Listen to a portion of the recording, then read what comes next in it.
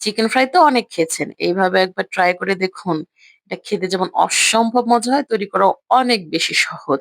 তৈরি করার পর আপনি ভাগে পাবেন কিনা সেই কথাটা আমি আপনাকে দিতে পারছি না। কারণ আমি এতটুকু বলতে পারি এটা তৈরি করার সাথে সাথেই শেষ হয়ে যাবে।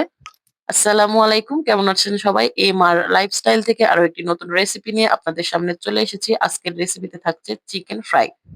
তো সেই জন্য ১ম এ আমি ২ কেজি ওজনের মুরগি থেকে যে বুকের মাংসটা হয় সম্পূর্ণটা নিয়ে নিয়েছি। তারপরে এখানে দিয়ে দিয়েছি ১/২ চা চামচ আদা জিরা বাটা, ১ চা চামচ পেঁয়াজ রসুন বাটা, পরিমাণ মতো হলুদের গুঁড়া, ১ চা চামচ মরিচের গুঁড়া, পরিমাণ মতো লবণ, ১ প্যাকেট দিয়ে দিব ম্যাগি স্বাদের মসলা, তারপরে দিয়ে দিব ১ চামচ কর্নফ্লাওয়ার, পরিমাণ মতো বা ১ চামচের মতো সয়া সস, সামান্য একটু টমেটো সস, তারপরে এখানে দিয়ে দিব ১ চামচ বেকিং পাউডার, আর দিয়ে দিব রান্নার রেগুলার তেল ১ চামচের মতো হবে। দিয়ে দিব ২ চামচ ময়দা। এখন এখানে লাস্টলি যে উপকরণটা দিব সেটা হচ্ছে একটা ডিম। এখন এগুলোকে খুব সুন্দর করে একসাথে মেরিনেট করে নিব আমি। হাত দিয়ে খুব ভালোভাবে মাখিয়ে নিয়ে ১০ মিনিটের জন্য রেস্টে রেখে দেব।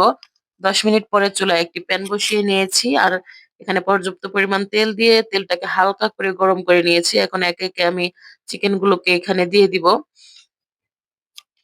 তেলটাকে হালকা করে গরম করে নিতে হবে। তা নইলে উপরটা লাল হয়ে যাবে এবং ভিতরে কাঁচা থেকে যাবে চিকেনের।